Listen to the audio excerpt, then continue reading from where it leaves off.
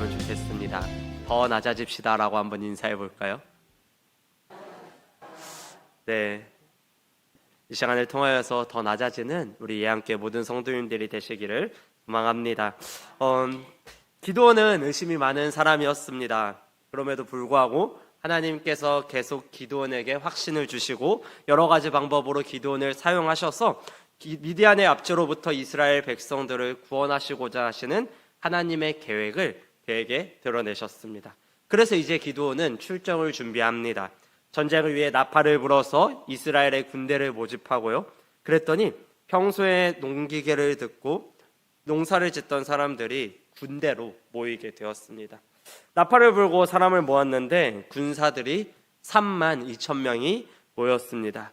32,000명이라고 하니까 조금 많은 사람이 모였다라고 생각하실 수 있는데요. 사사기 8장 10절에 보면은 적군의 수가 얼마인지 나옵니다. 우리 한번 사사기 8장 10절 말씀을 함께 읽어보도록 하겠습니다. 함께 읽겠습니다. 시작. 이때 세바와 갈골에 있는데 동방 사람의 모든 군대 중에 칼든 자 12만 명이 죽었고 그 남은 자 5,000명 가량은 그들을 따라와서 거기에 있더라. 여러분 12만 더하기 5천은 얼마일까요? 네, 13만 5천입니다. 제가 말을 잘못했네요. 총 13만 5천 명의 미디안 적군이 있었던 것입니다. 이스라엘 자손보다 몇 명이 많았죠? 10만 명 가량이 많았어요.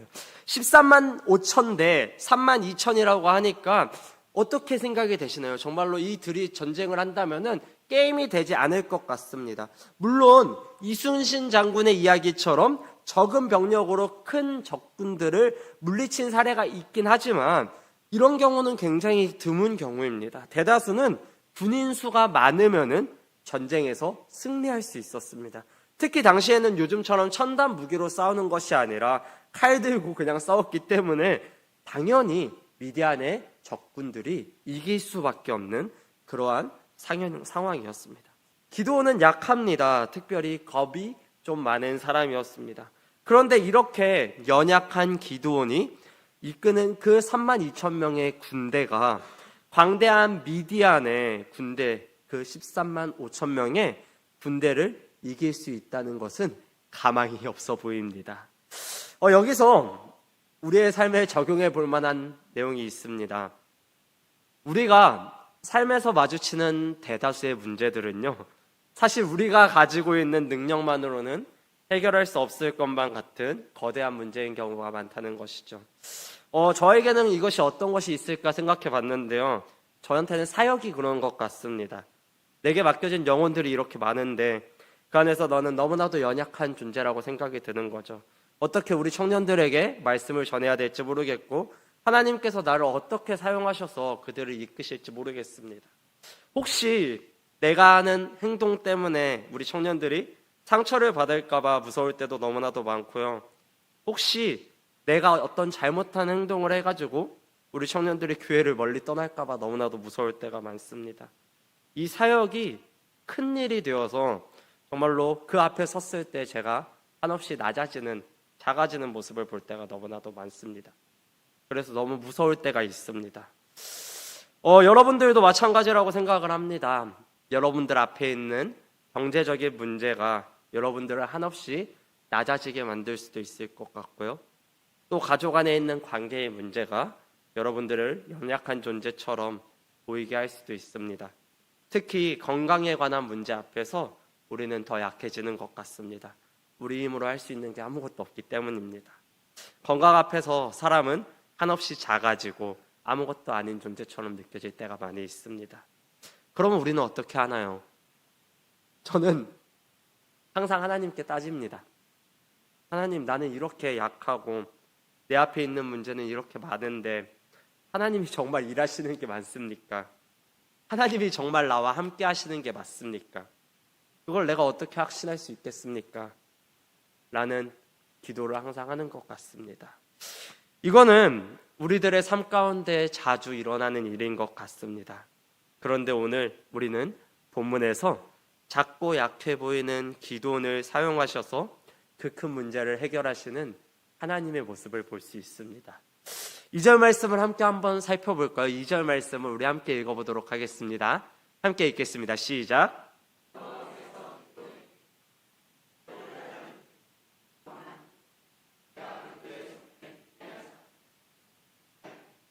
이는 이스라엘이 나를 거슬러 스스로 자랑하기를 내 손이 나를 구원하였다 할까 함이니라.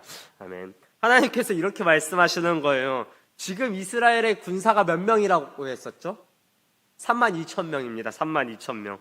그리고 적군인 미디안의 군대는 13만 5천 명이에요. 이러한 상황에서 전쟁을 하는 것도 말도 안 되는 싸움인 것 같은데 지금 모여있는 그 3만 2천 명이 너무 많다고 이야기를 하는 것입니다. 왜 그럴까요? 3만 2천 명이 13만 5천 명과 싸워서 이기면은 여호와께서 우리를 돌보셔서 우리를 구원해 주셨다고 이해하는 것이 아니라 우리의 전략이 너무나도 뛰어났기 때문에, 우리가 너무 스스로 잘 싸웠기 때문에, 이건 역사상 길이 남을 그러한 전쟁을 했기 때문에 우리가 이겼다라고 생각할까봐. 그래서 하나님께서 이스라엘 백성들에게 주고 싶은 교훈을 그들이 받지 못할까봐 그러는 거죠. 그렇기 때문에 현재 있는 그 병사에서 수를 더 줄이라라고 하나님은 명령하고 계신 것입니다. 하나님은 이스라엘 병사의 수를 줄이기 위해서 기드온에게 두 가지 요구를 하십니다. 첫 번째 요구는 3절에 나오는데요. 우리 3절 말씀도 함께 읽어보도록 하겠습니다. 함께 읽겠습니다. 시작. 이제 너는 일송의 귀에 외쳐 이르기를 누구든지 두려워 떠는 자는 길라앗 산을 떠나 돌아가라 하라 하시니 이에 돌아간 백성이 2만 2천 명이요 남은 자가 10,000명이었더라. 아멘. 모인 병사들 중에서 그 3만 2천 명 중에서 두려워 떠는 사람, 겁나는 사람들은 집으로 가라고 말을 하는 거죠. 그랬더니 이 사람들도 참 너무한 것 같아요. 떠나라고 했더니 진짜 떠났습니다. 그것도 2만 2천 명이나 떠났대요. 그래서 고작 10,000명밖에 남지 않은 것입니다. 아까도 말씀을 드렸지만 기드온은 겁이 너무나도 많은 사람이었습니다. 미디안 사람들이 자기한테 와가지고 내가 추수한 그 곡식들을 다 뺏어갈까봐 넓은 광야에서, 넓은 벌판에서 타작하는 것이 아니라 포도주 틀에서 숨어가지고 몰래 타작하고 있었어요. 그렇게 겁이 많은 사람이었습니다. 그러던 중에 하나님이 오셔서 기드온과 함께 하신다고 말씀하시고 여러 표징을 주셨음에도 불구하고 하나님 더 보여주세요, 더 보여주세요 말하던 그런 기드온이었습니다. 어찌저찌 하나님께 설득을 당해서 나팔을 불고 군대를 모았어요. 그런데 사람들을 모아봤더니 고작 3만 2천 명밖에 모이지 않았습니다. 이것만 해도 기드온은 답답할 것입니다. 내 눈앞에 13만 5천 명이나 있는데 내가 정말로 군사라도 좀 많아야지 저들과 싸워볼 수 있을 텐데 어떻게 싸워야 하나 답답할 거예요. 그런데 하나님은 거기서 더 줄이라고 말씀을 하시는 거죠. 다 보내라고 하시는 것입니다. 그래서 2만 2천 명이 가고 남은 사람은 10,000명이었습니다. 이때 기드온은 이렇게 생각했을 거예요. 그래, 이 사람을 가지고라도 내가 어떤 것을 할 수 있을 거야 라고 생각했을 것입니다. 그런데 하나님께서는 한 가지 요구를 더 하십니다. 아직도 백성이 너무나도 많다는 것이죠. 아직도 백성이 너무나도 많기 때문에 그들을 데리고 물가로 가라고 하십니다. 그리고 5절 말씀에 보면은 이렇게 말씀을 하십니다. 우리 함께 5절 말씀을 읽도록 하겠습니다. 시작.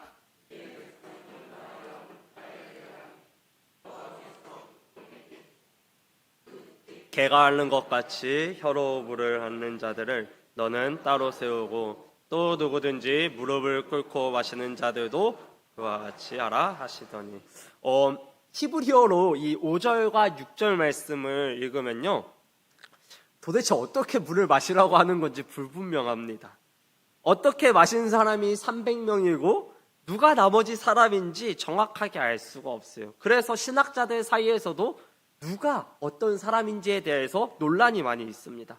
어쨌든 한글 번역으로 보면은 물을 떠먹었던 사람이 300명이 있었고 나머지는 물을 개처럼 핥아 먹었었습니다. 그래서 하나님은 물을 떠먹은 그 300명만 남겨두고 나머지는 보내버려라 라고 말씀을 하십니다. 그랬더니 99%가 떠나고 1%만 기드온과 함께 남게 되었습니다. 어떤 사람들은 이 모습을 보면서 이렇게 해석을 하기도 합니다. 왜 하나님이 핥는 사람들을 보내려고 하느냐는 것이죠. 그러면서 하는 사람들을 보내는 게 전쟁 중에 주의를 경계해야지 무릎 꿇고 떠먹는 사람들을 마시면서 적이 오는 것을 확인할 수 있는데 하는 사람들은 못하긴 하니까 뭐 그렇게 무방비한 사람들을 다 내보내는 것이다 라고 해석을 하는 사람들도 있는데요. 이런 근거가 성경에는 없습니다. 그리고 방금 말씀드렸듯이 원문을 보면은 어떤 사람들이 남았는지 정확하게 알 수도 없어요. 우리는 이 본문을 인간적인 원인으로 해석해서는 안 됩니다. 우리가 이 말씀 속에서 집중해서 봐야 하는 것이 무엇이냐면요. 하나님은 그저 무조건 적은 쪽을 남기고 많은 쪽을 보내려고 하셨다는 것입니다. 기드온 입장에서 이거는 기절초풍할 일이었습니다. 그래도 뭐 어쩌겠어요. 내 눈앞에는 적이 있고 그러니까 싸워야 하죠. 그러니까 나중에 뒷부분을 읽어보시면은 이런 내용이 나와요. 기드온이 이 300명을 데리고 미디안의 적진으로 들어갑니다. 300명 대 13만 5천 명이라는 그 싸움은 말도 안 되는 싸움이었는데 심지어 그 함께 있던 300명도 뿔뿔이 흩어지게 합니다. 그래서 항아리 안에 횃불을 넣고 항아리를 깨면서 여호와를 위하라, 기드온을 위하라 라고 소리를 치게 만드는 거예요. 그러니까 미디안 적군들이 이걸 듣고 나서 이게 뭔 일인가, 큰 적군이 왔나 놀라면서 서로가 서로를 죽이고 있습니다. 이게 본문의 내용이에요. 이걸 보면서 우리가 생각해 봐야 할 것이 있습니다. 뭐냐면요, 이 말씀을 잘못하면은 우리는 이렇게 해석할 수 있어요. 와, 이게 적군을 혼돈하게 만드는 전략이었구나. 적군들이 항아리가 깨지고 시끄러우니까 심리적으로 압박이 되었구나. 이렇게 오해할 수 있는데요. 생각해 보세요. 고작 300명입니다. 고작 300명이 모여가지고 우리 예함교회 성도님들 다 같이 모여서 저기 안산에 간 거예요. 안산에 가서 여호와를 위하라, 예함교회를 위하라 라고 소리치는 겁니다. 사람들이 놀랄까요? 막 사람들이 깜짝 놀라가지고 서로가 서로를 죽일까요? 아니요. 그럴 수가 없을 것입니다. 무슨 말이냐면요, 이스라엘 백성들이 뭐 대단한 일을 한 게 아니라는 것입니다. 아무리 미디안 백성들이 자고 있었다고 해도 자다가 뭐야? 라고 말할 정도의 그 정도 수준밖에 그들은 하지 않았다는 것입니다. 이거면 이스라엘 백성들이 대단한 전략을 짠 게 아니에요. 그렇기 때문에 성경은 뭐라고 이야기를 하냐면요, 7장 22절 말씀인데요. 함께 읽어보도록 하겠습니다. 우리 7장 22절 말씀 함께 읽겠습니다. 시작. 그 온 진영에서 친구끼리 칼로 치게 하심으로 적군이 도망하여 스베라의 또 답밭에 가까운 아벨므흘라의 경계에 이르렀으며, 이건 사람들이 한 게 아니라 하나님께서 하신 것입니다. 이렇게 이스라엘 백성들이 전쟁을 이기고 전쟁은 끝이 납니다. 또 재밌는 게 25절의 말씀, 7장 25절의 말씀을 보면은 이렇게 이야기를 하고 있어요. 함께 읽어볼까요? 시작. 또 미디안의 두 방백 오렙과 스맵을 사로잡아 오렙은 오렙 바위에서 죽이고 스앱은 스앱 포도주 틀에서 죽이고 미디안을 추격하였고 오렙과 스앱의 머리를 요단강 건너편에서 기드온에게 가져왔더라. 아멘. 포도주 틀에서 적의 방백을 죽였다고 합니다. 6장에 보면은 미디안의 적군들이 곡식을 뺏어갈까봐 기드온이 포도주 틀에서 몰래 숨어가지고 밀을 타작하고 있었는데 반대로 하나님께서는 포도주 틀에서 미디안의 적군을 죽이신 것입니다. 이 본문의 말씀을 통해서 하나님께서 말씀하시고자 하시는 것이 무엇일까요?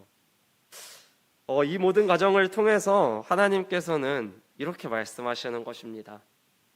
너희들이 약하기 때문에 내가 부족한 힘을 너희에게 보태줘서 너희가 이기게 하겠다 라고 말씀하시는 게 아니라요, 너희들은 더 약해져야 한다 라고 말씀하시는 거죠. 우리는 자주 오해하고 있는 부분들이 있습니다. 우리는 우리가 약하기 때문에 하나님이 우리를 사용하신다라고 생각할 때가 많이 있습니다. 물론 이것도 맞을 수 있습니다. 그런데 좀 더 자세하게 말하면요, 하나님께서 우리 삶에서 일하실 때에는 우리가 약해져야만 일하십니다. 여러분, 우리를 더 약해지게 하심으로써, 더 낮아지게 하심으로써 그분이 일하신다는 거예요. 실제로 이거는 고린도후서에서 가장 중요한 주제 중에 하나입니다. 고린도후서 12장 7절에서 10절의 말씀을 보면 이렇게 이야기를 하는데요. 조금 길지만 우리 함께 읽어보도록 하겠습니다. 우리 고린도후서 12장 7절에서 10절 말씀 함께 읽겠습니다. 시작. 여러 계시를 받은 것이 지극히 크므로 너무 자만하지 않게 하시려고 내 육체의 가시 곧 사탄의 사자를 주셨으니 이는 나를 쳐서 너무 자만하지 않게 하려 하심이라. 이것이 내게서 떠나가게 하기 위하여 내가 3번 주께 간구하였더니 나에게 이르시기를 내 은혜가 내게 족하도다. 이는 내 능력이 약한 데서 온전하여짐이라 하신지라. 그러므로 도리어 크게 기뻐함으로 나의 여러 약한 것들에 대하여 자랑하리니 이는 그리스도의 능력이 내게 머물게 하려 함이라. 그러므로 그리스도를 위하여 악한 것들과 능력과 궁핍과 박해와 공고를 기뻐하노니 이는 내가 약한 그때의 강함이라. 아멘. 하나님께서 이 사도 바울을 사용하셨다는 것에 대해서 우리는 의심할 여지가 없습니다. 그런데 실제로 사도 바울이 용맹하고 강하고 능하고 신학적으로도 탁월한 사람이었느냐, 위대한 사람이었느냐, 당대의 사람들이 사도 바울을 그렇게 인정했던 것은 아닌 것 같습니다. 왜냐하면은 고린도 교회 교인들은 사도 바울을 향하여서 유약하다라고 말을 하거든요. 고린도후서 10장 1절을 보면은 이렇게 이야기를 합니다. 너희를 대면하면 유순하고 떠나 있으면 너희에 대하여 담대한 나 바울은 이제 그리스도의 온유와 관용으로 친히 너희를 권하고 라고 이야기를 하는데요. 무슨 말이냐면요, 고린도 교회를 대할 때 바울의 태도는 외유내강이라는 것입니다. 겉으로는 유하지만 내면으로는 강하다라는 것이죠. 지금은 이런 모습이 멋진 리더의 모습인데 당시에는 이런 모습이 그렇게 멋진 모습이 아니었습니다. 당시 유명한 리더들은 강하고 힘이 센 카리스마가 있는 그러한 리더들이었어요. 그런데 바울은 너무 약하고 유순했습니다. 게다가 실제로 바울이 당대에 막 설교를 잘한다고 평가를 받았을 가능성이 매우 작습니다. 그래서 고린도 후서 10장 10절에서는 이렇게 이야기를 해요. 우리 한번 고린도 후서 10장 10절 말씀을 읽어보도록 하겠습니다. 함께 읽겠습니다. 시작. 그가 몸으로 대할 때는 약하고 그 말도 시원하지 않다 하니. 바울의 설교가 깊이가 있고 신학적이고 그리고 옳은 내용이고 변증적이고 사람의 마음을 흔들어 놓을 만한 설교였다는 것은 맞습니다. 그렇지만 듣는 사람 입장에서 그 설교가 시원하지는 않았던 것 같습니다. 그러니까 이 바울의 삶을 통해서 우리가 생각해 볼 수 있는 게 이것입니다. 하나님께서 일하시는 것은요, 꼭 강하고 힘있고 능력 있는 사람을 통해서 일하시는 게 아니라는 것이죠. 소위 강하고 힘있고 능력 있는 사람이라고 하더라도 그 사람이 자신을 약하게 두지 않는 한, 하나님 앞에서 약해지지 않는 한, 하나님께서는 그가 약해질 때까지, 다시 말하면은 32,000명에서 300명이 될 때까지 그를 계속해서 낮추신다는 것입니다. 이 말은 역으로 생각하면 이런 거예요. 우리는 약해요. 삶의 문제에 있어서 우린 너무나도 약해 보입니다. 건강의 문제, 경제적인 문제, 가족 안에서의 문제, 이런 문제들을 봤을 때 우리는 너무나도 약해 보일 때가 있습니다. 정말 내 자신이 아무것도 아닌 것처럼 보일 때가 있고 모든 것을 포기하고 싶을 때가 있습니다. 그런데 그때 우리는 스스로 자괴감을 갖고 나는 아무것도 아닌 존재라고 생각할 필요가 없다는 것이죠. 반대로 내가 이 정도면 괜찮다, 나는 사회적인 지위도 있고 돈도 많이 벌고 멀쩡한 사람이고 지식도 있는 사람이다 라고 생각하면은 하나님께서 우리의 삶 가운데 일하시지 못하게끔 우리가 스스로 만들고 있다는 것입니다. 여러분 보세요. 오늘 본문에서 기드온과 함께한 이 300명이 한 것은 하나도 없었습니다. 직접적으로 전투를 이기기 위해서 그들이 한 것은 아무것도 없었습니다. 원래 300명 대 13만 5천 명은 말도 안 되는 싸움이에요. 300명밖에 없었던 이스라엘 백성들은 이 전쟁에서 할 수 있는 게 아무것도 없었습니다. 그들은 오직 그들 가운데에서 하나님께서 하신 일을 노래하면서 집에 가는 일 외에는 아무것도 할 수 없었습니다. 다시 한번 말씀드리겠습니다. 그들은 오직 그들 가운데 하나님께서 하신 일을 노래하면서 집에 가는 일 외에는 아무것도 할 수 있는 게 없었습니다. 사랑하는 예한교회 성도 여러분, 하나님께서 여러분들의 삶을 통해서 이루어가고자 하시는 게 이것입니다. 여러분들의 인생 마지막에 인생의 순간순간 속에서 내 삶을 하나님이 이렇게 인도하셨고 하나님이 나와 함께 하셨다 라는 것을 찬양하면서 인생을 살아가기를 바라시는 것이죠. 여러분, 종이가 어떻게 하면 멀리 날아갈 수 있을까요? 이렇게 평평한 이쁜 종이가 가만히 던진다고 했을 때 멀리 날아갈 수 있을까요? 아니요. 곱게 펴진 종이보다 구겨진 종이가 더 멀리 날아갈 것입니다. 여러분, 내가 약해진다는 것은요, 내가 내 앞에 있는 문제 때문에 더 하나님 앞에 낮아진다는 것은요, 하나님께서 나를 사용하시기에 가장 좋게 만들어 가신다는 것입니다. 나를 더 멀리 던지시기 위하여서 구기고 다듬어 가신다는 것이죠. 우리는 이때 나를 다듬어 가시는 하나님께 감사하며 그분의 손에 모든 것을 맡겨드리면 됩니다. 혹시 여러분들 가운데 연약함 가운데 있으신 분이 계신가요? 지금 내 앞에 있는 문제가 너무 커 보여서 스스로 아무것도 아닌 존재처럼 느껴질 때가 있으신가요? 하나님, 이제 그만 좀 나를 괴롭히시고 좀 나 좀 회복시켜 주세요 라는 마음으로 하나님께 따지고 계신 분이 계신가요? 그런 분들에게 권면드립니다. 더 연약해지시기 바랍니다. 더 낮아지시기 바랍니다. 이 정도면 충분히 밑바닥이에요. 나는 더 이상 내려갈 곳이 없어요 라고 생각하시는 분들도 물론 있으실 수 있어요. 그런 분이 있다면은 이렇게 대답드리고 싶습니다. 아닙니다. 여러분, 더 내려갈 곳이 있습니다. 우리 예수님을 생각해 보세요. 예수님 얼마나 내려가셨습니까? 그분은 십자가에 못 박히셨습니다. 왜요? 우리를 구원하시기 위해서요. 여러분, 우리는 연약해져야 됩니다. 더 낮아져야 됩니다. 정말로 한없이 낮아짐으로써 하나님께서 우리의 삶 가운데에서 일하실 수 있게끔 우리는 더 다듬어져야 해야 합니다. 그때 하나님은 우리를 사용하셔서 그분의 구원을 이루어 가실 것입니다. 남은 한 주도 하나님 앞에 더 약해짐으로써, 하나님 앞에 더 낮아짐으로써 주님께서 나를 사용하셨고 나를 통해 그분의 구원을 이루어 가셨다는 고백을 하나님께 드리는 저와 여러분들이 되기를 간절히 소망합니다.